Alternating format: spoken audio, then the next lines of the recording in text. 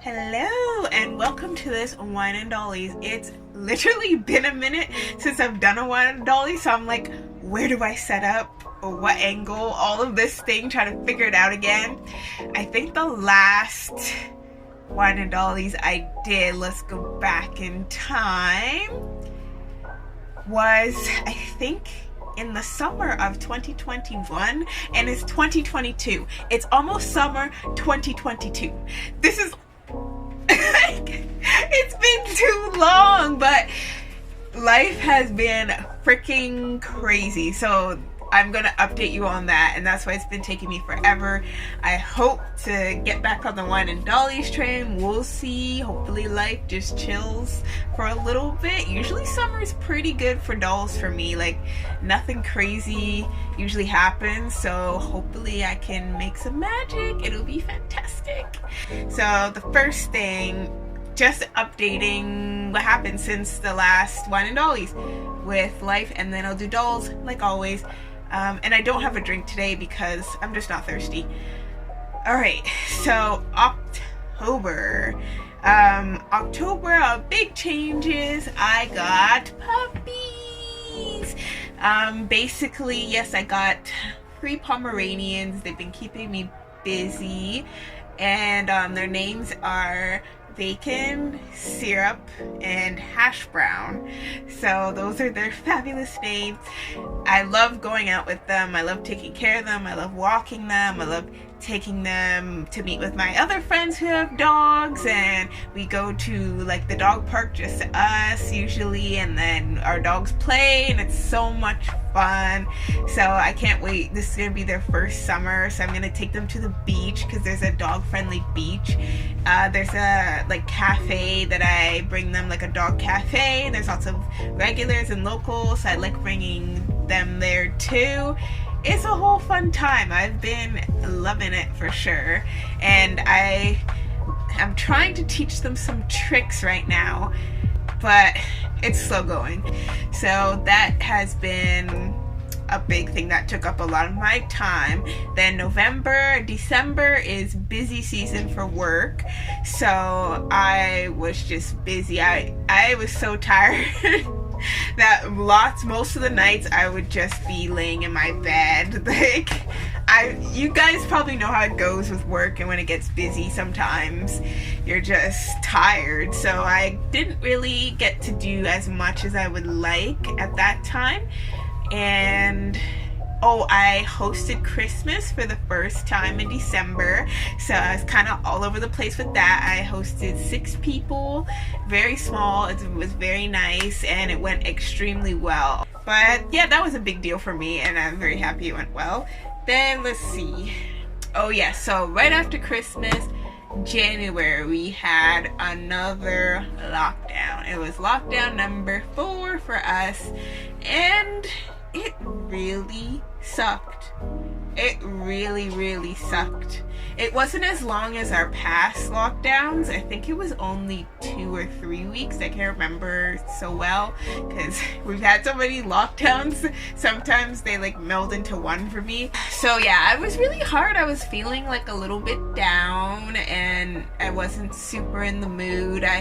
I was on New Year's Eve, like we had like a very teeny tiny gathering party, and I was like, yeah, like January is gonna be such a good year, we're gonna have so much fun, we're gonna go out, all this stuff. And then we went into lockdown like immediately after, and it just really sucked. That's the only way I can describe it. And then we did come out of the lockdown, but again, I was just feeling like I was getting back into something. But then in February, my cat passed away. My cat was 20 years old. She just died of old age. And it was hard. It was ridiculously hard. I had like a little funeral for her. I've had her for 20 years, basically almost my whole life. And I was pretty sad. I was, pretty sad for about, I would say 2 months. I was trying to like do a few like doll things here and there, just trying to do my normal life, because on the inside I just wanted to lay in bed and just cry over my cat day in, day out. Like I cried every day for like 2 months. But I'm actually finally feeling a bit better now. So like I still miss my cat every single day, and I still think about her every single day, but I can actually talk about her without crying now. So I didn't like tell everyone that she passed away, because I would just break into tears immediately. So if you're a friend watching, that's why I didn't mention it, because I just didn't want to be constantly bawling more than I already was. I'll miss her. I even had a memorial online for her, and yeah, oh, my poor baby. I miss her so much. Anyways, after that, so that took away February and March with me just grieving over my cat, and now we're in the spring. So time kind of just whoosh went by, slow and fast at the same time. So for dolls, I haven't been doing much physically, which is okay. I've been doing a lot of writing in my book, lots and lots and lots of writing. I was writing for my photo stories, Rosalina stuff, and then I was writing here, which I'm going to get a little bit more into in a second, more about like character backstories and bios. I also have I have 2 stories I need to work on as well. My MSD story, because I haven't really shared it since I first got my MSDs, because I've changed the story so many times and I haven't like landed on something that I'm like, okay, this is the story. But I think I'm finally getting close to what the MSD story is, so I'm going to share like a bit about that once I get that fleshed out. And then I have my other, I think I mentioned it in my last Wine and Dollies, I have my other like I've been calling it the bounty hunter story. The name's going to change, but that's what I've just been calling it. And I have all of the characters for the bounty hunter story, and I have a general gist of what I want to happen with it, but I don't know how I want to write it yet. That's the hard part. And I think that's where I was stuck with my MSD story as well. I didn't know who I was going to follow, if I was going to do multiple characters jumping back and forth between their point of view, and I did try to do that, but it was just getting too complicated. I have one main character where we follow her, and we see the world through her eyes, and I think there's only a few, tidbits like in the backstories of the MSD characters. It will be their point of view of things happening, but throughout the actual story it's just through the main character's eyes.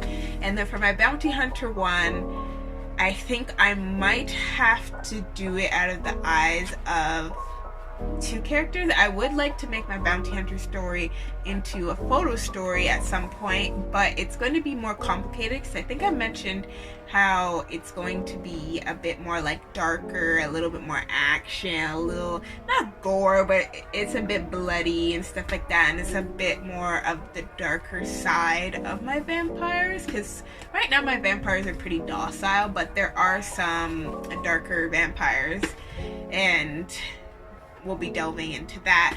And I also wanted to, I have a ton of plans. Like, I've been doing a ton of writing in here. This is my like second BJD book that I'm filling out, and it'll be done. And my other one was about, I think it was like 400 pages, and that's full. So I have lots and lots of stuff. It's just getting through it, organizing my ideas, and sharing it in a way that you guys can understand. Yeah, things I want to do with my channel moving forward. So I guess like over the time where I was gone with my wine and dollies, I've decided I kind of want to do a focus on what I really always wanted to do with my VJDs and channels. I've always wanted to write stories, share stories, and I've been doing that a lot on my Instagram, so that I'm very happy with that. And I want to do a lot of story sharing and storytelling here as well. So I have been working on little videos of that. I'm not going to say a specific date because I don't know how long it's gonna take me to actually get some stuff out, but that is coming. There's gonna be a lot of story stuff coming out. So in order for me to focus a bit more for body reviews, I'm going to call it an end. I think I only have one more that I wanted to film, but if someone does request a certain body, I will do the review. I'm just not going to do body reviews on my own because I want to focus my energy onto something else. Oh yes, another thing that I usually have a lot of on my channel is a lot of box opening videos, but I think I mentioned maybe a few years back that I wanted to complete my doll collection, and my doll collection at this point is basically complete. I've ordered all the dolls that I've wanted, and I'm still waiting on 2 of them to come in. So yeah, that'll be the end of it after that for doll box openings, unless I do some reshells. But if I get any like accessories I want to share with you guys or anything, I will definitely share that. I do want to do more crafting, making my own like accessories and stuff like that. Some things I can't make on my own and I'll just order it, but I want to get a bit more into that too, so it'll be more crafty on this channel. That's what I'm hoping for. I'm gonna still do wine and dollies, of course, guys. I love watching your guys' wine and dollies. I like making them too. It's like I like catching up with everyone, you know? And I know everyone's lives get busy, so sometimes they're not as frequent, but I really, it's a fine, like I totally get it. I'm just like, just please post again at some point, please. I miss you. So yeah, so that's another thing. So that is where I want my channel to go moving forward, and with my collection becoming complete, hopefully by the next Christmas, then I can share the whole collection. But in a way, since I'm doing a lot of story writing, it'll be kind of showing all of the collection at some point and talking about all the characters in depth as well. So that will be a fun thing for people to see. So from my box openings, I have shown you guys my Kaylee Soon from Dollmore. So I want to show you what she's looking like right now. Okay, so I have her hair in a ponytail. Sometimes I have it out. She's not wearing anything fancy. She's like in a spring/summer mood. She's got her like cute sandals. They look fantastic, guys. I love it. Anyways, and her legs are so long and I love it. Like, oh my gosh. This is definitely one of my favorite doll purchases. I have a lot of favorite doll purchases, but she's definitely one. She was like a bit more expensive Canadian wise, and she's worth every penny, that's for sure. Let me know if this happens to you, but have you ever paid a lot of money for a doll and then when you get them you're kind of like, oh, like that's not too really worth the money? I've had that. I've definitely had that. And I'll tell friends, I'm like, if they're thinking about it, I'm like, if they want a specific look, sure, but if they're asking posing, I'm like, maybe you should buy something else, because I already fell for that trap and the doll wasn't that great for the price. Or maybe if you can get it cheaper secondhand, go that way, because paying brand new price is not great. But yeah, she was definitely worth it. Her eyes you can't see too well. She has these amber eyes that she came with in the box opening. They're very pretty. It's just hard to capture it on video camera, and photos is not too bad, but she's super cute. So anyways, her name is Danielle. She is not a main character. She is, I think I mentioned Yuna once in the past Wine and Dollies, where I was looking for the doll. I did find Yuna. I will be sharing Yuna probably in the next Wine and Dollies. I just don't want to make this too long. So anyways, this is Yuna's sister, and to Yuna, she is basically her drive. I don't know if I should spoil it too much or what, but she basically, to summarize it, she basically is a prisoner and her sister is trying to save her. That is basically it. She doesn't have anything fancy about her. There is a little twist about her in the story, and I haven't fully fleshed out her character just yet, but I will soon. Once I know more, you guys will see more. And then, more related to her, this is her husband, Lord Eos. So he is a vampire. If you can't tell, he is infernal, or is it pronounced infernal? It might be infernal. You know, guys, I'm terrible with names, pronouncing stuff. Immortality of soul, infernal, I think that's how it's pronounced. I got him. I felt so lucky because you can't get the full doll anymore. You can just buy the head. But I made a little friend locally. Yay! And she kept him in fantastic condition. He's looking a bit whiter on the camera than he is in real life. He's a tiny bit yellowed, but she mostly kept him in his box. She just didn't like him. I have his other tongue. I pierced his tongue. There. She did the face. And yeah, he has like a few piercings. His wig is looking a little off because I just plopped it on for this video. I'm trying to sew some stuff for this boy, so he wasn't wearing a wig and I didn't really style it, but I'm like, I'm doing this video anyway. So anyways, yeah, I've got the doll off of her and I'm very happy that she let me buy him, because I don't think I would have gotten him. I would have had to do a hybrid of some sort, because I never see this body, this 80 centimeter body on sale anywhere. So I got very lucky. I didn't give him any tattoos or anything. I don't think I'm going to. I definitely have a good idea of his character. He, of course, is more into the darker side of the vampires, and if you want, in my SD story, I have all about the vampires. That's kind of like a generalization, but I want to get like even deeper into what the vampires are like.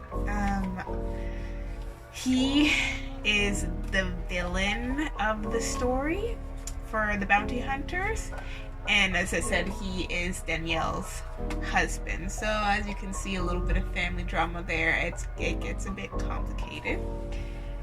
So there's them, and I definitely love Danielle being taller too, because he's 80 centimeters, my biggest boy. He's so heavy, but I actually do like that he's a big boy. So yeah, I never thought ever I'd have an 80 centimeter boy ever, and I'm loving it. But I'm not going any bigger than this. This is it. This doll you guys have seen before is this Apple House Irene.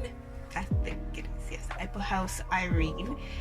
She is the daughter of Lord Eos and Danielle. This is their daughter. I didn't want to like reveal it just yet because I didn't have her parents yet. I got her before I got her parents. So yeah, it's such a cute little family. I do have a couple of photos, not a lot. I think it's like 1 or 2 photos on Instagram. But it is super cute.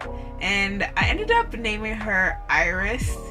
And I was like, I can't name her Iris. Like, that, I don't know, it felt like so basic. And I'm like, but that's the name that just stuck. I tried renaming her a bunch of different names and it just wasn't working. If I could think of something else, I'll name her that. But for right now, her name is Iris. And she's in this adorable outfit. Oh my gosh.